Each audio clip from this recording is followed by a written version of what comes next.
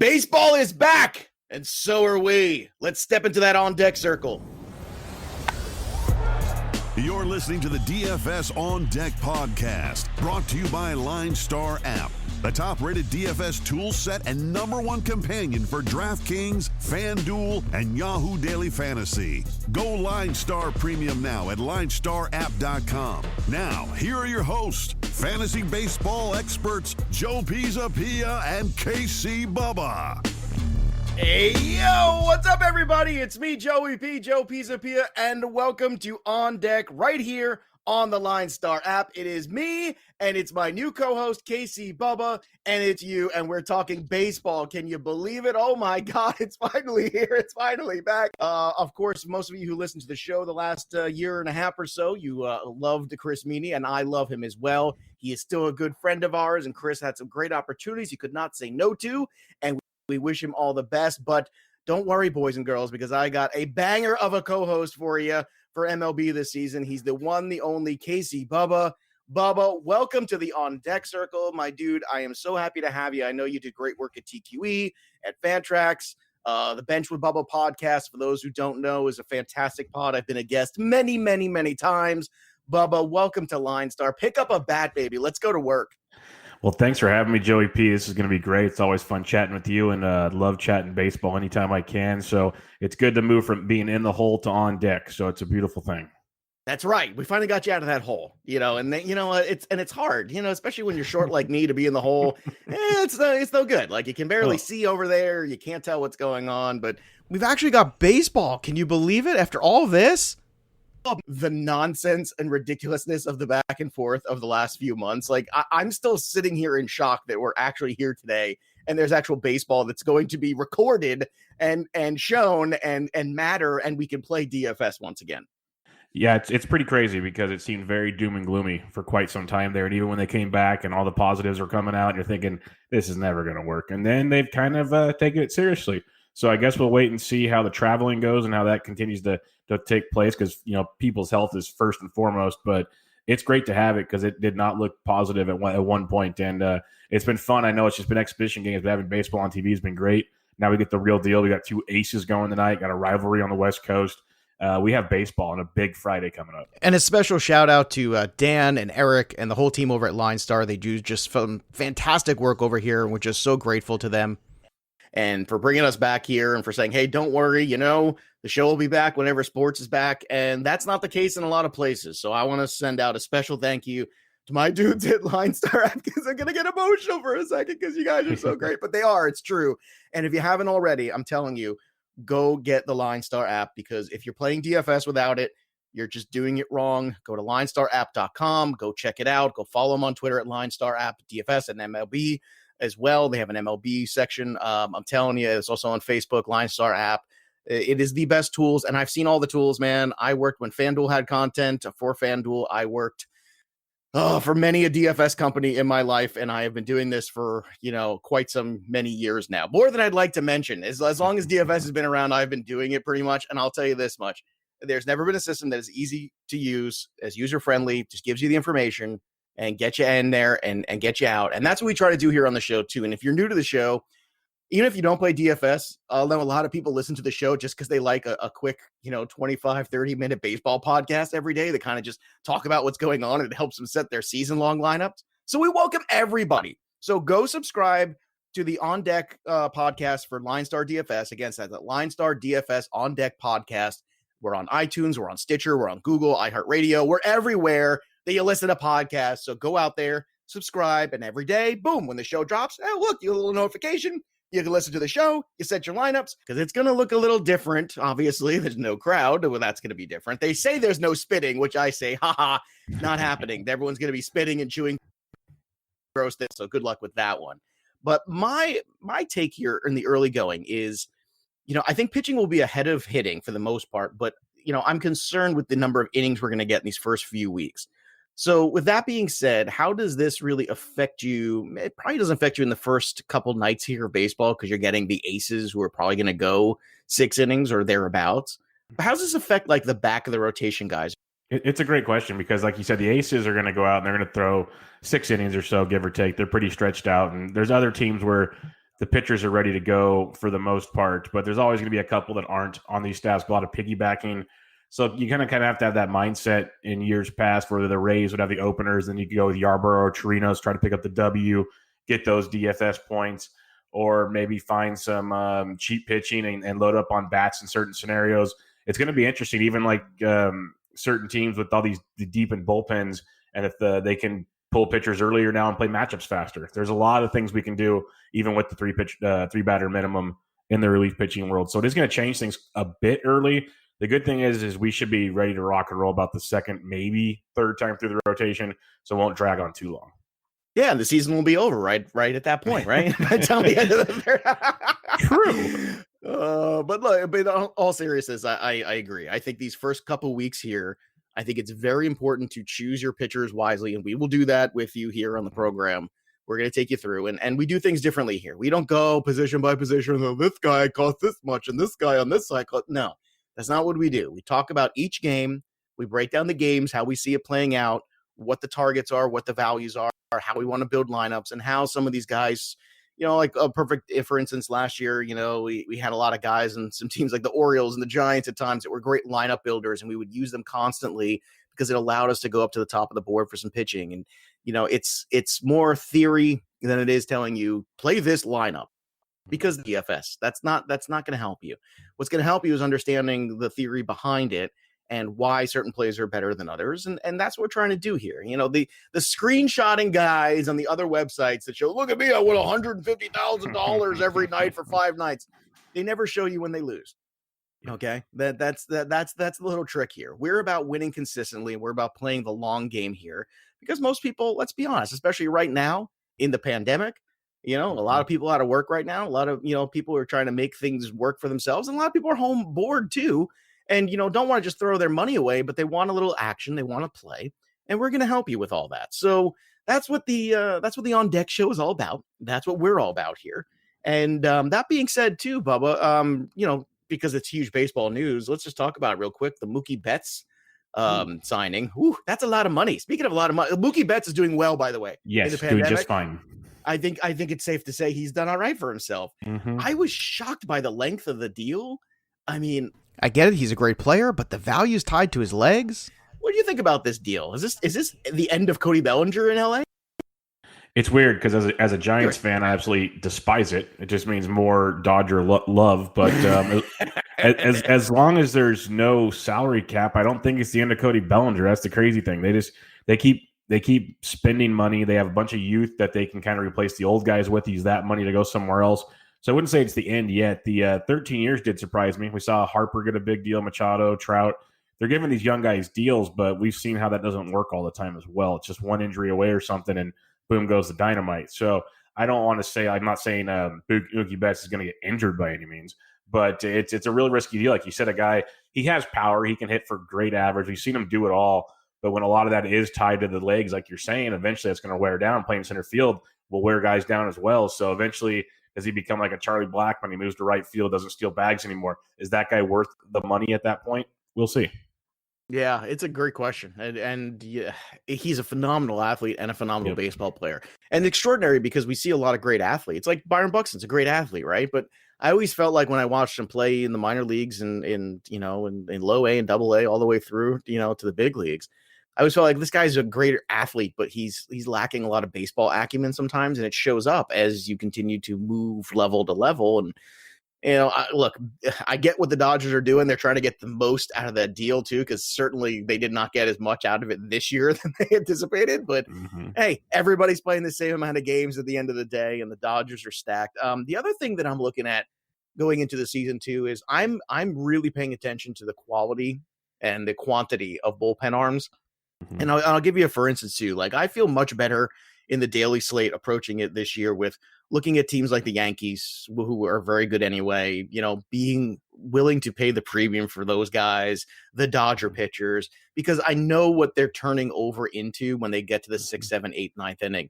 Whereas some other teams like the Phillies, for instance, whose bullpen is a raging fire of trash right now. Like Joe Girardi's going to have to save games. I have no idea what's going to happen there, dude. But those guys, I'm going to be fading the Nolas and the Wheelers.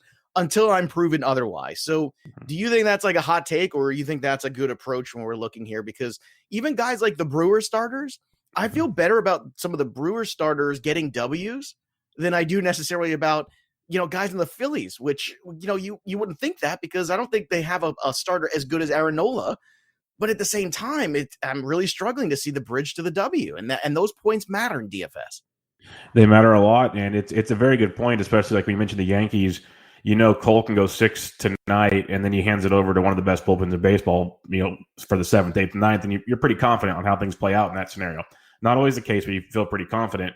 And it does hinder some other teams, that's for sure, especially teams where, the starters maybe going 5 or 6 innings, and you're going to need a lot of that bullpen. So it's definitely something to consider. Aces are aces to me, but I don't think you're completely wrong, especially on this year where they're going to let guys get their work in, but they're not going to like extend them. Like I was talking to someone when we talked about Kershaw tonight, he could be dealing against the Giants. They still might yank him after 6 at like 90 pitches because why push it farther type thing. So The Dodgers bullpen's good, but they're also going to take care of these guys at the same time. So it's something to definitely consider. Not the end all be all, but definitely more in consideration this year than normal years. Yeah, and the other things under consideration, too, is I'm just going to continue to pound on certain pitching staffs as well. Yes. Like we did it last year, and now I'm going to do it even more because this weighted schedule, too, where poor teams like the Orioles are just going to get beat. Tommy down, Malone's their opening day starter. That's all you need. Oh, God. I just got to chill. I just went all the way up and down the spine, Bubba. Like, it's crazy. And look, and again, opening day, that means he's the best option they have. Let that sink in for a moment. And it's going to be a lot of looking at the slate and going, okay, who are the Orioles and the Pirates playing? Who are the Giants playing? No, sorry. I know, earmuffs, Bubba. No, it's fine. It's fine. I get it. I'm cool with it. You're in a transition. That's what I call it. Yeah, 3 championships in the decade. We're cool. It's cool. Hey, exactly. That's exactly right. There you go. See? And then they get all, you're turning the page. You tried for one more. It didn't work out. And now you're in a weird transition here. Next year, hopefully you'll be a real team again. We'll see what happens there. But yeah, talk about hurting for people, dude. I mean, Longoria out, Belt out, Posey out for the year, out. Geez, they're just like, do you think they also looked at do you think Posey was like, man, I don't want to spend 60 games getting my ass kicked? Do you think he's like, really? That's what I kind of thought. Well, yeah, he has the obvious reason with the 2 kids that they're adopting that have issues, but then I'm 100% on board. A guy that's been all the wear and tear on his legs through all the postseasons and all those other deals behind the plate. If I can take a season off and rest up, why not? Yeah, dude, it's August. It's hot. I'm wearing catching gear. We're losing 12-2. I got 3 rings. I got millions of dollars. I got many kids. What am I doing? Like, what's happening? Why am I doing this? Buster Posey. Hey, I feel you, brother. I get it. I definitely get it. All right. Obviously, there's some big time, favorites this year. The Dodgers, obviously. But I'm telling you right now, I'm still looking at, I know this is going to piss a lot of people off. I'm looking at the Astros, and I'm thinking that, even though they lost Garrett Cole, I think McCullers in a shortened season can be really, really good potentially. That lineup just doesn't quit. And I think the Nationals are really built for this 60-game format, because no team has 3 starters as good as the Nationals on it. I'm sorry. It just does not exist. That 1-2-3 is better than everybody else. And in this shortened season, that feels more like a tournament. And I'm going to keep calling it that, because this is my joy. This is my dream. I always wanted a 60-game tournament to the World Series, right? You and I have talked about this. This was my dream. And all of a sudden, I didn't have to worry about the 100 games regular season that I proposed. They just skipped right to the tournament this year. Of course, it's not going to happen next year, but whatever. It's a fun idea. But I feel like the Nats and Astros could very well be back in the World Series. Well, what's interesting is the Nats, usually teams, after World Series, all those games, they have a hangover. No team's ever had a break like this. So that's tremendous in that regard. I think they are built for this. I think the Astros, you can't ignore the Astros at all. I wonder if teams like the Twins that always have problems in the postseason with pitching, this might help them more. I don't know, because that offense is so crazy good. But we're going to see a lot of the regulars in the end, I have a feeling. Yeah, I would agree with that too. You make a great point. I didn't even think about that. Like, you have the extra wear and tear of the postseason on you, and then to not have that starting up again in April, or that's even better. I'm going to steal that, by the way, for other shows when I talk about how much Strasburg is always hurt, and now he's got that time to rest. Goodness gracious. Well, think about Scherzer and the injury too. Yep. Like, him trying to push things to get ready back again and all this stuff. And that's, and I hate to like bum everybody out, but wouldn't it be so 2020 to have the Astros win the World Series? I mean, it'd be the perfect, poster child for the Webster Dictionary when you look it up later. Come on, 2020 Astros hoisting that championship. Look, they got a huge chip on their shoulder. They got a ton of talent. I'm just saying, everybody, this whole Yankees Dodger thing that everybody thinks is a foregone conclusion, I wouldn't forego it. I'm telling you right now. Like I don't know. They're pretty good at having things taped to their shoulders, so better watch out. Hey, like the Yankees are too. Apparently, yes, they are. Apparently, they are. Well, that's the whole thing. And the big story this offseason was the scandal, and it made me laugh because I kept saying to everybody, "Hey guys, they didn't get in trouble for stealing signs. They got in trouble for how they steal signs." Yep. Everybody's stealing signs. This whole thing of like, they're stealing signs is cheating. Bro, I played baseball at a pretty high level, and I was encouraged to do that, and we had a whole system in Beckett. And I tell you, man, like, it drove me crazy. I found it distracting personally. Somebody trying to relay me. I just want to like be in my own zone. But like the thing that makes me laugh is that they got in trouble for how they did it, and rightfully so, because they told them don't do it this way, and then they did it that way, and then you got pwned for it, and you should. But it's just really funny to me that everybody got all up in arms. Like, oh, they're cheating. I'm like, this goes on. Every team is trying to steal signs and get tip pitches and all these other things, and it's part of baseball, and I don't like it. But it's part of the game. You're overreacting. Go look at the road OPSs of George Springer, of Alex Bregman, of Jose Altuve. Guess what? They were all better on the road where there's no trash cans. So I hate to break it to you folks, but Jose Altuve hit 400 in AA one year. 400. Let that sink in for a minute, okay? They're pretty good. They're pretty good ball club. Yeah, they're all right. They're pretty good. All right. So that being said, there's your quick little recap of the last 6 months. But so let's get back to actual baseball. So opening day today, you got Garrett Cole versus Max Scherzer. I mean, that's just beautiful. I love me some of that right there. Yep. We'll start with the FanDuel slate, and then we'll fly over to DK.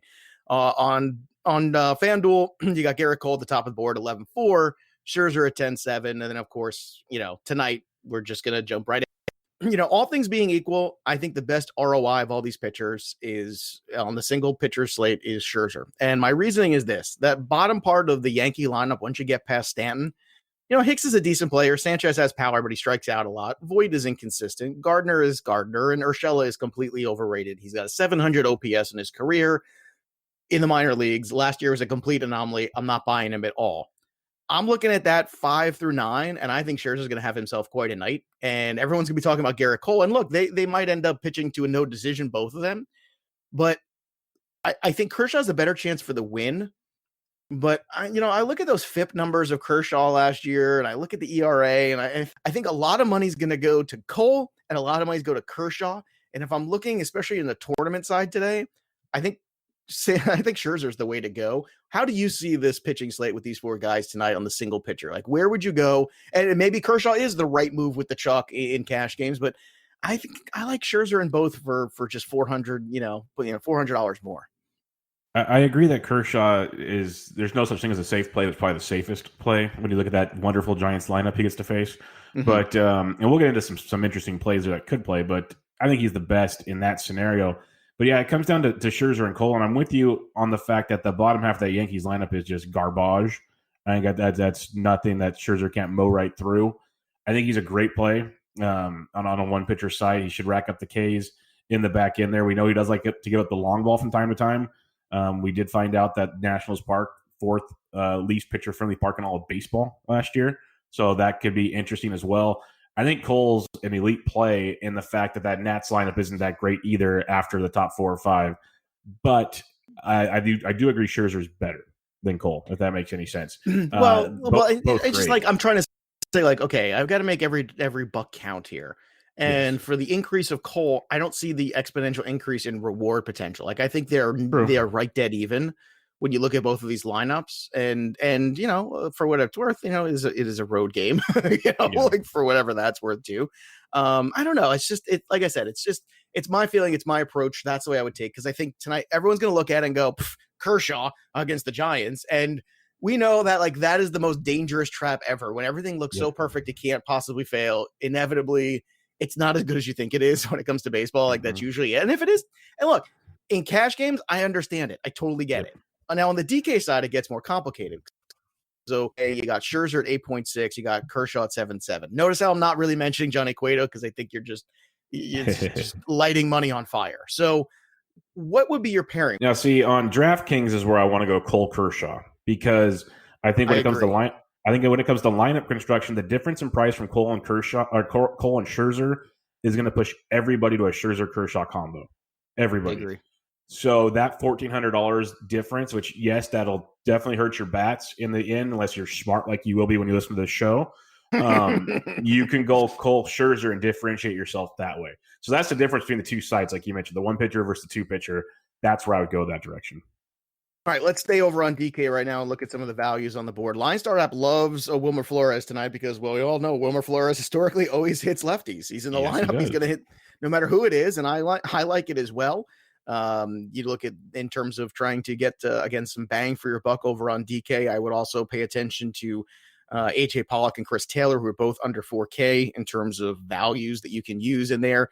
And on the flip side, in the other game on DK, looking at the Washington Nationals lineup, look, Carter Kieboom is a really good player, and he does not get any credit. And if you throw him a fastball, he's going to get into it. And people were like, wow, Kieboom sucked last year. That was 11 games. Go back and look at the AAA stats.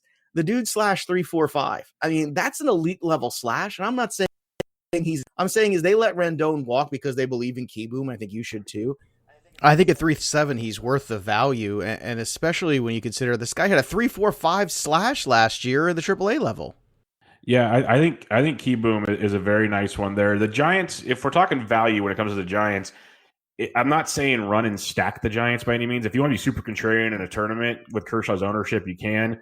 But you mentioned Flores. I think Mauricio Dubon is interesting at 3,100, and so is Austin Slater, who hits lefties very well, hits at the top of that lineup. So those are like three cheapies you can look at when it comes to the Giants.